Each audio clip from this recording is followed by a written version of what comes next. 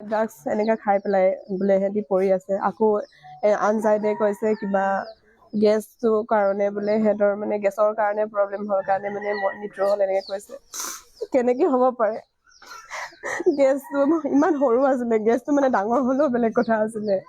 5জন মানুহ যদি এজন বাচিছে, এজন মানে ভালকে মানে তাক তদন্ত কৰিব লাগে সেইজনৰ প্ৰতি, কাৰণ সি যদি 4জন আছিলে বুলি জানি পেলাই সি গ'ল, কাম কৰিবলৈ গ'ল বুলি কৈছে আৰু আমি শুনামতে আৰু ল'ৰাজন সেইটোতো আহিবগে লাগে, আহি পেলাই চাবগে লাগে। যদি চাই পেলাই সি আহি পেলাই বোলে চাই পেলাই বেলেগ এটা ৰুমত শুই আছিলেগে বুলি কৈছে, মানে তাৰ কোনো এটা শুদ্ধকে কথা নকয়। ইটো চেনেলত বেলেগ এটা কয়, সিটো চেনেলত বেলেগ এটা কয়।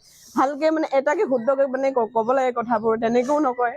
এটা কথা বাৰে বাৰে দাবী জনাই আছো অসম চৰকাৰক, কেৱল চৰকাৰী নিযুক্তি দিলেই নহ'ব। অসমত কোটি কোটি নিবনুৱা আছে, লাখে লাখে নিবনুৱা সমস্যা আছে। গতিকে তেওঁলোকক বিশেষ ব্যৱস্থা কৰি বাহিৰৰ পৰা উদ্যোগবিলাকক আনি ইয়াত আমাৰ ল'ৰা ছোৱালীবিলাক, আমাৰ নিবনুৱা ল'ৰা ছোৱালী ভাই ভনীসকলক আমি সংস্থাপন দিব লাগিব, আমি দাবী জনাইছোঁ। আৰু এটা কথা হ'ল, এককালীনভাৱে এই যি 4জনকৈ যুৱক মৃত্যু হ'ল ৰহস্যজনকভাৱে, তাৰ কাৰণে অসম চৰকাৰে ভাৰত চৰকাৰক হেঁচা প্ৰয়োগ কৰিব লাগে যে উচিত তদন্ত বিচাৰিছোঁ আমি, যে কি কাৰণত বা কি ধৰণে মৃত্যু হ'ল এই ঘটনা আমাক লাগিব। আমি বাৰে বাৰে দাবী জনাইছোঁ, তাৰ লগে লগে অসম চৰকাৰখনে সহযোগিতা কৰিব বুলি আমি আশা কৰিছোঁ। আৰু অলপ আগতে আমি লখিমপুৰৰ guardian minister doctor Ranoj Pegu ছাৰৰ লগত আমি কথা বাৰ্তা কৰিছোঁ। অসম চৰকাৰৰ যি আঁচনি আছে, শ্ৰদ্ধাঞ্জলি আঁচনি, এই আঁচনিৰ জৰিয়তে আমি কেনেকৈ ব্যৱস্থা কৰিছে গোটেই কথা বতৰাবিলাক বিতংকৈ পাতিছোঁ। আৰু এইমাত্ৰ কথা পাতোঁতে ছাৰে জনালে যে 10:40 মানত ডিব্ৰুগড় এয়াৰপৰ্টত ডেডবডিকেইটা লেণ্ড হ'ব। চ' তাৰপিছত এম্বুলেঞ্চৰ জৰিয়তে এই বাসগৃহৰ অনা ব্যৱস্থা কৰিছে বুলি অসম চৰকাৰে উদ্যোগ লৈছে।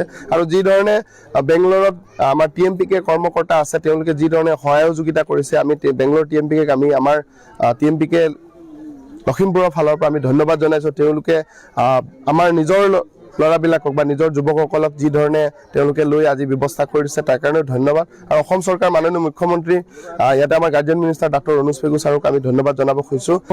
10টা বজাত ফোন কৰিছে ডাইৰেক্ট। তেতিয়া ইহঁতে মানে এটা কাম কৰিছে, এনেই কাবুলী ল'ৰাজন আছিলে মানে অজয় ফাইং বুলি, এই ল'ৰাটো মোক কৈছে।